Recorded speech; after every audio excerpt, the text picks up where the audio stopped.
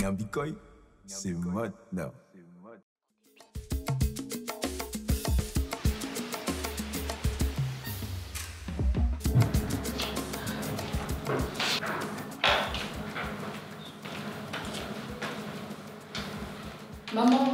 Maman, tu es où?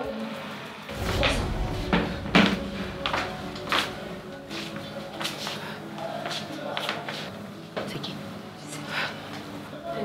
Fais la soirée. Je suis fatiguée.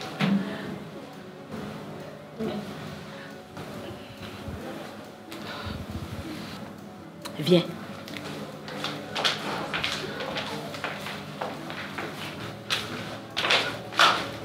C'est qui là-bas? Maman, je ne connais pas. J'ai trouvé couché devant la porte quand j'entrais. Donc tu rentres, tu trouves quelqu'un devant la porte, tu l'as fait seulement entrer. Maman, j'avais peur parce que j'ai vu qu'elle ne respirait plus. Et c'est ton problème? Hein? Tu sais que c'est qui? Et si elle meurt à la maison, on va dire quoi? Pourquoi tu ne réfléchis pas souvent? On va entrer les gens comme ça chez soi. Ferme-moi la porte là. C'est tout comme ça. Après, ce sera une mamie Wata qui va te suivre. Ne respire pas.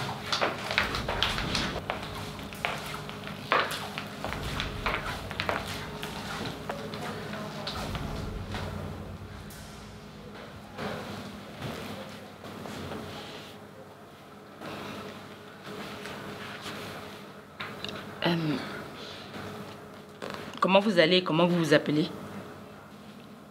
Je m'appelle Marielle. Excusez-moi de m'être arrêtée chez vous. C'est juste que je suis tellement fatiguée et j'ai faim. Anne, apporte-lui un verre d'eau. Le jus, s'il te plaît.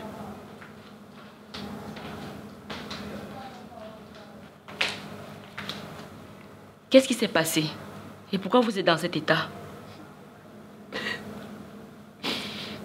Madame, je suis fatiguée de cette vie. Je suis fatiguée.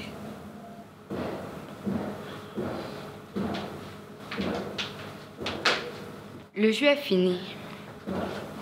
Il n'y a plus de jus. Apporte-lui de l'eau.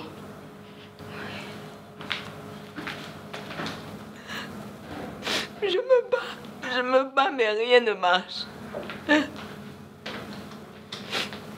Je suis là, seule face à la vie. Personne à côté de moi. Même le père de mon enfant, en qui j'avais confiance, m'a abandonné quand je lui ai annoncé ma grossesse. Je ne sais plus quoi faire. Madame, voici votre verre d'eau. Merci. Maman, calme-toi. Bois d'abord un bon verre d'eau, ça va te rafraîchir.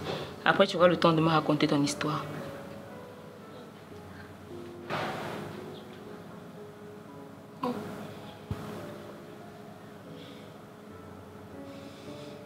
Remets le verre avec. Merci.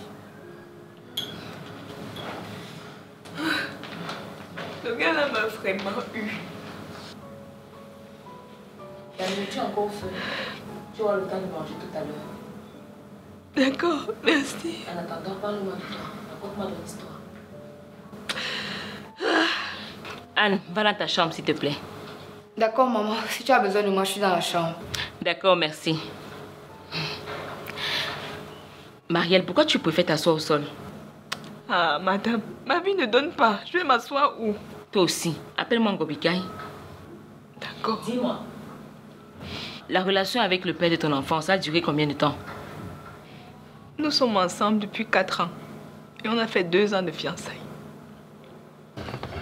Santé. Alors, bébé, tu sais que je t'aime tellement, n'est-ce pas? Si j'entends seulement un jour que quelqu'un t'a dit imbécile dans la rue, j'irai m'inscrire à la salle de musculation juste pour lui. Je te jure. Oui, je sais, bébé. Je sais que tu m'aimes énormément. Mais c'est réciproque. Ouais. Mais justement, parlant de ça, finalement, tu viens voir mes parents quand? Nous sommes ensemble depuis 2 ans quand même. Hein. Et, bébé, ne t'inquiète pas pour l'autre là, d'accord? Tu sais, je t'ai toujours dit que toi et moi, c'est juste Kandokouti. Notre amour est incommensurable et infinissable. Toi et tes gros mots. On se marie quand? C'est ça que je veux savoir. Surtout que j'ai une grande nouvelle à t'annoncer. Parlant du mariage, cette fin d'année, on va tout caler, d'accord? Promis. Ok. J'ai compris. Bon, s'agissant de la bonne nouvelle, devine alors. Devine un peu. Tu as un nouveau job, n'est-ce pas? Non, pas du tout. En fait, je suis... Tu n'as plus mal au ventre? Non. Je suis... Ah, bébé, s'il te plaît, dis-moi une fois, d'accord? Tu es souvent villageois et toi si. Enfin, je suis enceinte. Notre bébé va naître bientôt. Pardon?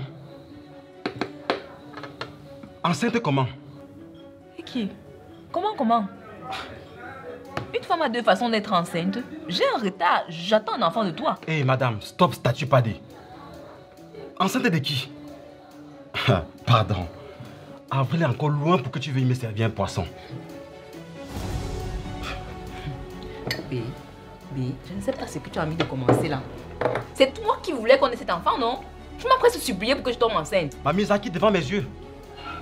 Tu me prends pour un boutoukou? Je ne veux pas de cette grossesse. Tu te débarrasses de ça ou tu m'oublies, c'est tout. Ne commence même pas ce que tu veux commencer là. Je n'ai pas vu l'enfant là dans l'eau. C'est à moi que tu parles comme ça. Tu me fais ça à moi. Pardon, traverse directement vers la brousse. Tu n'es pas ici pour jouer les novellas. En tout cas, je t'ai déjà dit. Soit tu évacues ça, soit tu m'oublies. En tout cas, toi et moi, on se connaît. Tu pars où? Chérie.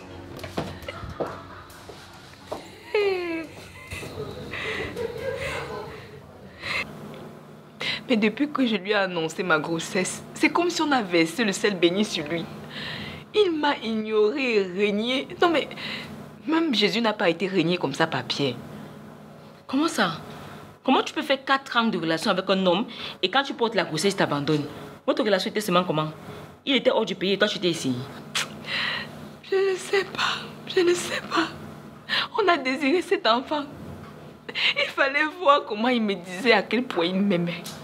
Tu es sûr que tu étais vraiment dans les 4 ans de relation là? Parce que tu peux croire que tu fais 4 ans avec un homme, pourtant c'est lui qui fait 4 ans avec quelqu'un d'autre. Hein. Moi, on ne va jamais réussir à les comprendre. Ces gars-là, ils vont seulement nous envoyer, c'est-à-dire nous jeter seulement dans le bruit. Et tu n'as aucun membre de ta famille qui peut te défendre? Pas vraiment. Mes oncles étaient ambiancés par le mariage. Depuis que la dot a été annulée, je ne vois plus personne. Ils sont toujours comme ça. Ils sont toujours prêts à nous encourager à aller se marier parce qu'ils veulent récupérer la dot. Mais tout ce qu'on va vivre après là, ce ne sera même pas leur problème. Tu vas les appeler, ils vont te dire que supporte, c'est le mariage. Mais sinon, tu as un travail, tu as une maison. Oh, ma vie.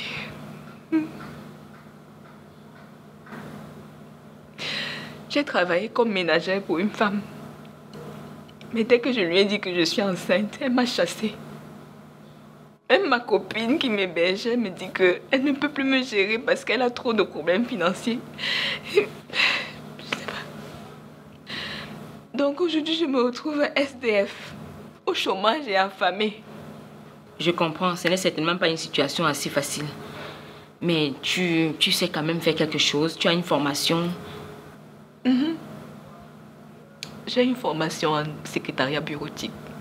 Quand même, c'est quelque chose. C'est toujours important pour une jeune femme d'avoir une base, de savoir faire quelque chose. Même si tu es en mariage, il faudrait bien que tu sois active. Ah, me voici au chômage avec cette formation, non? Ça me donne quoi? Bon, écoute, moi, je n'ai forcément pas grand-chose à te donner ou je ne peux pas te promettre la terre et le ciel, mais je peux quand même te trouver une petite occupation. Ah bon? Merci beaucoup. Merci beaucoup, madame. Ngobi Kai, merci. Que Dieu vous bénisse. Toi aussi. Je me mets à ta place. On est toutes des femmes et si on peut se soutenir, pourquoi pas? Écoute, tu vas commencer à travailler avec moi au restaurant. Tu seras un peu comme mon assistante. D'accord, d'accord. Je vais t'apprendre 2 ou 3 trucs. Et comme tu maîtrises l'outil informatique, ce sera un peu plus facile pour toi. Ah, mon bébé. Enfin, une bonne nouvelle. Maintenant, je peux m'asseoir. Je vais t'aider.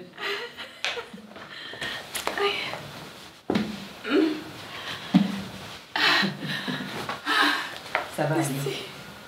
La grossesse, ce n'est pas une maladie. On ne fait pas trop là comme si tu veux mourir. Ah, j'ai aussi faim, non? La vie n'a pas été facile pour moi ces derniers temps. Anne, viens.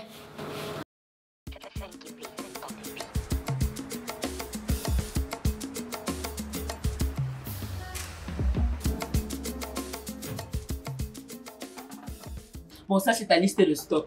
Je sais que tu la connais déjà, mais c'est toujours mieux d'expliquer davantage. Bon, là, c'est ton stock d'ouverture. C'est-à-dire, quand tu arrives, tu fais les calculs de ce que tu as au frigo et dans les casiers, ici, à ta caisse. Et là, tu pourras faire le total. Maintenant, la fermeture, tu viens ici dans ton stock de clôture. Tu regardes tout ce qui reste. C'est ça que tu notes là. Et avec les stocks d'ouverture plus les stocks de clôture, ça pourra autant pour moi te permettre de faire rapidement tes calculs. Donc, tu n'as même pas trop besoin de la caissière pour ça. Tu vas venir ici, tu vas mettre quantité vendue et voilà les prix. Ça, ce sont les prix de vente. Et maintenant, la valeur, c'est-à-dire que ça vendu, tu connais, je ne vais pas t'expliquer tout ça comme ça. Et puis, tu vas mettre le total là. Et là, c'est la valeur totale de ta journée. D'accord. J'ai rempli les fiches de la semaine dernière de la même façon. Et je t'assure que j'étais très surprise parce que tu les avais très bien remplies. Marielle, enfin je te retrouve. Mon amour, ça fait longtemps. C'est qui ça? Je suis le fiancé de Marielle. Mon amour, ne me repousse pas, pardon. Recule là-bas. C'est comme ça. Ngobi Kai, voici le vampire dont je t'ai parlé à notre rencontre. Bébé, appelle-moi même l'homme grenouille, ça ne change rien, j'accepte. Mais pardon, reviens dans ma vie. Qu'est-ce que tu cherches ici? Donc c'est toi l'enceinteur qui a fui ses responsabilités? Tu cherches quoi ici? Tu viens me chercher quoi ici? La mère, s'il te plaît. Tu appelles qui la mère? Hein? Donc quand tu me regardes là, je peux t'accoucher? Ou bien c'est parce que tu crois que tu es trop court? J'ai passé toute ma grossesse à l'appeler, jusqu'à l'accouchement. Mais à chaque fois, je me rends compte que quand je veux rappeler, il a bloqué le numéro que j'ai utilisé. Tu ne m'insultes plus. Je t'ai possédé, mon bébé, c'était pas moi. Essaie de me comprendre, pardon. Mon Dieu. Je suis allée jusqu'à voir sa famille. Les gens là m'ont lavé, rincé, repassé, cintré. Et ils m'ont même dit que si je tente encore de mettre les pieds chez eux, de les contacter, je vais sentir les contractions du corps sur moi. Toi, qu'est-ce que tu as fait? Quand je me m'accoucher, je suis allée... Je l'ai appelé pour lui dire de venir faire ne serait-ce que l'acte de naissance de l'enfant. Qu'est-ce que tu ne m'as pas dit? Tu sais quoi? Quand je sortais de chez moi ce matin, je n'avais pas prévu faire du mal à l'enfant de quelqu'un. Je n'avais pas prévu de blesser quelqu'un. S'il te plaît, je suis dans mon lieu de service. Sors d'ici. Écoute mon bébé. On me dit que je ne peux plus faire d'enfant. Pardon. Écoute-moi, pardonne-moi et reviens dans ma vie, chérie. Ce n'est pas mon problème. Ce n'est pas mon problème. Donc c'est parce que tu ne peux plus faire d'enfant que tu es venu chercher... Sambutuku. considère que j'ai avorté la grossesse là. Oublie un jour que tu m'as rencontré et qu'on a fait un enfant. Oublie. Si j'ai un conseil à te donner, même quand tu as décidé de rompre avec une fille et qu'elle est enceinte de toi, genre tu ne veux même plus la sentir, tu ne veux plus la voir, plus rien à faire avec elle. Ce n'est pas grave. Mais au moins de ton enfant.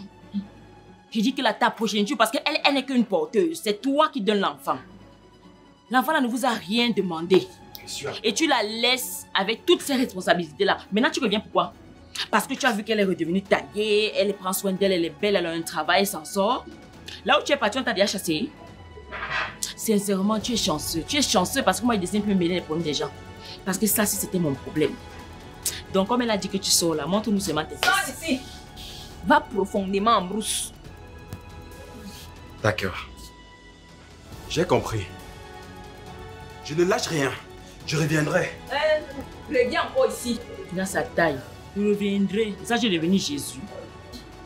C'est-à-dire que, parce qu'on lui a dit qu'il ne peut plus accoucher, il se souvient qu'il a laissé un boutou. Il ne lâche rien, il ne lâche rien. Il dit qu'on ne m'a jamais insulté toute ma vie comme l'on m'a insulté à cause d'un crétin comme ça. Je te mens pas que, de toute façon, comme je lui ai dit là, c'est ton problème. Parce que si c'était ma part, faut demander au père de Annie, là, mes écoutes, il connaît. Tout seulement parce que j'ai été bête et naïve de croire ses promesses. Il disait qu'il devait m'épouser, tout ça. En tout cas, c'est fini, je prie, c'est pas grave.